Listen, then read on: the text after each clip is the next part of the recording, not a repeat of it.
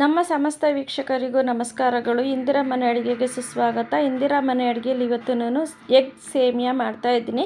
Egg semiya Baat ಮಾಡೋದಕ್ಕೆ ನೋಡಿ ಮೊದಲಿಗೆ ಏನು ಮಾಡೋಣ ಅಂತ ಹೇಗೆ ಮಾಡೋದು ಅಂತ ನೋಡ್ಕೊಂಬರೋಣ. ನಾನೊಂದು ದೊಡ್ಡ ಪಾತ್ರೆ ತೊಗೊಂಡಿದ್ದೀನಿ. ಪಾತ್ರೆಗೆ ಒಂದು 2 ಲೀಟ್ರಷ್ಟು ನೀರು ಹಾಕ್ಕೊಂಡಿದ್ದೀನಿ. ಮೊದಲೇ 1 ಸ್ಪೂನ್ ಎಣ್ಣೆ ಹಾಕಿದ್ದೀನಿ. ಇವಾಗ ಇನ್ನೊಂದು ಸ್ಪೂನ್ ಎಣ್ಣೆ 2 ಸ್ಪೂನ್ ಎಣ್ಣೆ ಹಾಕ್ಕೊಳ್ತಾ ಇದ್ದೀವಿ. ಹಾಕಿ ನೀರನ್ನು ಕುದಿಯೋಕ್ಕೆ ಬಿಡೋಣ. ಇವಾಗ ಪಕ್ಕಕ್ಕೆ ನಾವು ಸೇಮಿಯಾನ ಹುರ್ಕೊಳ್ಳೋಣ. ನೋಡಿ ಇವಾಗ ಸೇಮಿಯಾಗೆಲ್ಲ ರೆಡಿ ಮಾಡ್ಕೊಳ್ಳೋಣ. ನೋಡಿ ಇವಾಗ ನಾನು ಮೊದಲಿಗೆ ಮೊಟ್ಟೆ ಸೇಮಿಯಾ ಮಾಡೋದಕ್ಕೋಸ್ಕರ 3 ಮೊಟ್ಟೆನ ಒಡೆದು ಹಾಕ್ಕೊಳ್ತಾ ಇದ್ದೀನಿ. 3 ಮೊಟ್ಟೆನ ಒಡೆದು ನಾವು ಹಾಕ್ಕೋಬೇಕಾಗುತ್ತೆ. ನಾವು ನಿಧಾನಕ್ಕೆ ಲೋ ಫ್ಲೇಮಲ್ಲಿ ಇಟ್ಕೊಂಡು ಮೊಟ್ಟೆ ಹಾಕ್ಕೋಬೇಕಾಗುತ್ತೆ. ಮೊಟ್ಟೆ ಸಿಡಿದು ಬಿಡುತ್ತೆ ಜಾಸ್ತಿ ಎಣ್ಣೆ ಕಾಯ್ದು ಹಾಕ್ಬಿಟ್ರೆ. ನೋಡಿ ಇವಾಗ ಅದಕ್ಕೇನೆ ಸ್ವಲ್ಪ ಉಪ್ಪು ಹಾಕ್ತಾಯಿದ್ದೀನಿ ಮತ್ತು ಸ್ವಲ್ಪ ಕಾಶ್ಮೀರಿ ಚಿಲ್ಲಿ ಪೌಡ್ರ್ ಹಾಕ್ತಾಯಿದ್ದೀನಿ ಕಲರಿಗೋಸ್ಕರ ಹಾಕಿದೆ. ಮತ್ತು 1 ಟೀ ಸ್ಪೂನಷ್ಟು ನಾನು ಕಾಳು ಮೆಣಸಿನ ಪುಡಿ ಹಾಕ್ಕೊಂಡಿದ್ದೀನಿ. ಹಾಕ್ಕೊಂಡು ಮತ್ತು ನಾವು ಮೀಡಿಯಮ್ ಸ್ವಲ್ಪ ಉರಿನ ಜೋರಲ್ಲಿ ಇಟ್ಬಿಟ್ಟು ನಾವು ಚೆನ್ನಾಗಿ ಫ್ರೈ ಮಾಡ್ಕೋಬೇಕಾಗುತ್ತೆ. ಮೊಟ್ಟೆನ ನಾವು ಎಗ್ ಬುರ್ಜಿ ಮಾಡ್ತೀವಲ್ಲ ಅದಕ್ಕಿಂತ ಸ್ವಲ್ಪ ಕಮ್ಮಿ ಬೇಯಿಸ್ಕೋಬೇಕಾಗುತ್ತೆ. ಹಾಗೆ ಚೆನ್ನಾಗಿ ಫ್ರೈ ಮಾಡಿಕೊಂಡು ಎಗ್ ಬುರ್ಜಿ ಮಾಡಿಕೊಂಡು ನಾವು ತುಂಬ ತಿರುಗಿಸ್ಬಾರ್ದು. ಮೊಟ್ಟೆ ಎಲ್ಲ ಪುಡಿ ಆಗಿಬಿಡುತ್ತೆ. ಮೊಟ್ಟೆ ಬಾಯಿಗೆ ಸಿಗೋ ಥರ ಇರಬೇಕು. ನೋಡಿ ನೀರು ಕಾದಿದೆ, ನೀರು ಚೆನ್ನಾಗಿ ಮರಳ್ತಾ ಇದೆ. ಇವಾಗ ನಾನು 1 ಕಪ್ ಸೇಮಿಯಾ ಹಾಕ್ಕೊಳ್ತಾ ಇದ್ದೀನಿ. ಸೇಮಿಯಾ ಹಾಕ್ಕೊಂಡ್ಮೇಲೆ ನಾನು ಇನ್ನೂ ಸ್ವಲ್ಪ ಎಣ್ಣೆ ಹಾಕ್ತಿದ್ದೀನಿ, ನೀವು ಸ್ವಲ್ಪ ಉಪ್ಪು ಹಾಕ್ತಿದ್ದೀನಿ. ಉಪ್ಪು ಹಾಕ್ಕೊಂಡ್ಮೇಲೆ ಸ್ವಲ್ಪ ತಿರುಗಿಸಿ ಬಿಟ್ಬಿಡೋಣ. ತಿರುಗಿಸಿ ಬಿಟ್ಮೇಲೆ ಒಂದು 5 ನಿಮಿಷ ನಾವು ಸೇಮಿಯಾ ಬೇಯಕ್ಕೆ ಬಿಟ್ಟರೆ ಸಾಕು, ತುಂಬ ಬೇಯೋದು ಬೇಡ. ನಮಗೆ ಅರ್ಧ ಭಾಗ ಸೇಮಿಯಾ ಬೆಂದರೆ ಸಾಕು ನಮಗೆ.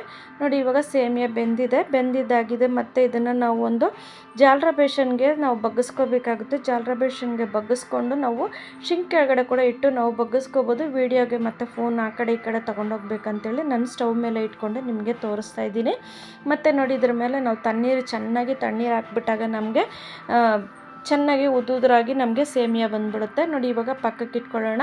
ಮತ್ತು ನಾನು ಪ್ಯಾನ್ ಇಟ್ಕೊಂಡಿದ್ದೀನಿ. ನೋಡಿ ಮತ್ತು ಮೊಟ್ಟೆ ಫ್ರೈ ಮಾಡಿರೋ ಪ್ಯಾನ್ಗೆ ಮತ್ತೆ ನಾನೊಂದು 3 ಸ್ಪೂನ್ ಎಣ್ಣೆ ಹಾಕ್ಕೊಳ್ತಾ ಇದ್ದೀನಿ. ಇದು ಕಬಾಬ್ ಮಾಡಿರೋ ಎಣ್ಣೆ ಹಂಗಾಗಿ ಹಾಕ್ತಿದ್ದೀನಿ. ಇವಾಗ ನಾನು ಒಂದು ಚಿಕ್ಕ ಈರುಳ್ಳಿನ ಸಣ್ಣದಾಗಿ ಕಟ್ ಮಾಡಿ ಹಾಕ್ಕೊಂಡಿದ್ದೀನಿ. ಕಟ್ ಮಾಡಿ ಹಾಕ್ಕೊಂಡ್ಮೇಲೆ ಒಂದು 4-5 ಹಸಿರು ಬೆಳ್ಳುಳ್ಳಿನ ಕಟ್ ಮಾಡಿ ಹಾಕ್ಕೊಂಡಿದ್ದೀನಿ. ಒಂದು ಚಿಕ್ಕ ಕಪ್ಪಲ್ಲಿ ಒಂದು ಅರ್ಧ ನೌಕಲ್ಲಿ ಕಟ್ ಮಾಡಿ ಹಾಕ್ಕೊಂಡಿದ್ದೀನಿ. ಒಂದು 4-5 ಬೀನ್ಸನ್ನು ಕಟ್ ಮಾಡಿ ಹಾಕ್ಕೊಂಡಿದ್ದೀನಿ. ಒಂದು ಅರ್ಧ ಕ್ಯಾರೆಟ್ನ ಸಣ್ಣದಾಗಿ ಕಟ್ ಮಾಡಿ ಹಾಕ್ಕೊಂಡಿದ್ದೀನಿ. ಕಟ್ ಮಾಡಿ ಹಾಕ್ಕೊಂಡಿದ್ದಾದಮೇಲೆ ನಾವು ಒಂದು 4-5 ಹಸಿಮೆಣ್ಸಿನ್ಕಾಯಿನ ಕಟ್ ಮಾಡಿ ಹಾಕ್ಕೋಬೇಕಾಗುತ್ತೆ. ನೋಡಿ ಚೆನ್ನಾಗಿ ಸ್ವಲ್ಪ ತಿರುಗಿಸ್ಕೊಳ್ಳೋಣ. ತರಕಾರಿ ಎಲ್ಲ ನಮಗೆ ಒಂದು 70% ಮುಕ್ಕಾಲು ಭಾಗ ಬೆಂದ್ಕೋಬೇಕಾಗುತ್ತೆ. ತರಕಾರಿಗೆ ನಾವು ಇವಾಗ ಒಂದು 4-5 ಹಸಿಮೆಣ್ಸಿನ್ಕಾಯಿನ ಕಟ್ ಮಾಡಿ ಹಾಕಿದ್ದೀನಿ. ಕಟ್ ಮಾಡಿ ಹಾಕಿದ್ಮೇಲೆ ಸ್ವಲ್ಪ ಚೆನ್ನಾಗಿ ತಿರುಗಿಸ್ಕೊಳ್ಳೋಣ. ತಿರುಗಿಸ್ಕೊಂಡಿದ್ದಾದಮೇಲೆ ನಾನೊಂದು ಸ್ವಲ್ಪ ಕ್ಯಾಪ್ಸಿಕಮ್ ಹಾಕ್ಕೊಳ್ತಾ ಇದ್ದೀನಿ. ಕಟ್ ಮಾಡಿ ಕೂಡ ಹಾಕ್ಕೊಳ್ತಾ ಇದ್ದೀನಿ. ಕ್ಯಾಪ್ಸಿಕಮ್ ಕಟ್ ಮಾಡಿ ಹಾಕ್ಕೊಂಡ್ಮೇಲೆ ಸ್ವಲ್ಪ ತಿರುಗಿಸ್ಕೊಳ್ಳೋಣ. ಅದು ಸ್ವಲ್ಪ ನಾವು ಮೊದಲೇ ಹಾಕ್ಬಿಟ್ರೆ ಕ್ಯಾಪ್ಸಿಕಮ್ ಎಲ್ಲ ತುಂಬ ಮೆತ್ತಗೆ ಆಗಿಬಿಡುತ್ತೆ. ಒಂದು 2-3 ಸ್ಪೂನಷ್ಟು ನಾನು ಎಲೆಕೋಸನ್ನು ಕೂಡ ಕಟ್ ಮಾಡಿ ಹಾಕ್ಕೊಳ್ತಾ ಇದ್ದೀನಿ. ತರಕಾರಿ ನೀವು ಯಾವ್ದು ಬೇಕಾದ್ರೂ ಕೂಡ ಹಾಕ್ಕೋಬೋದು. ಕಾಲಿಫ್ಲವರ್ ಕೂಡ ಹಾಕ್ಕೋಬೋದು, ಬಟಾಣಿ ಹಾಕ್ಕೋಬೋದು, ಎಲ್ಲನೂ ಹಾಕ್ಕೋಬೋದು. ಬಟಾಣಿ ಹಾಕಕ್ಕೆ ಇಟ್ಟಿದ್ದೆ ನಾನು ಮರ್ತೋದೆ. ಆದರೆ ಒಂದು ಚಿಟಿಕೆಯಷ್ಟು ನಾನು ಚಕ್ಕೆ ಲವಂಗ ಪುಡಿನ ಹಾಕ್ಕೊಳ್ತಾ ಇದ್ದೀನಿ.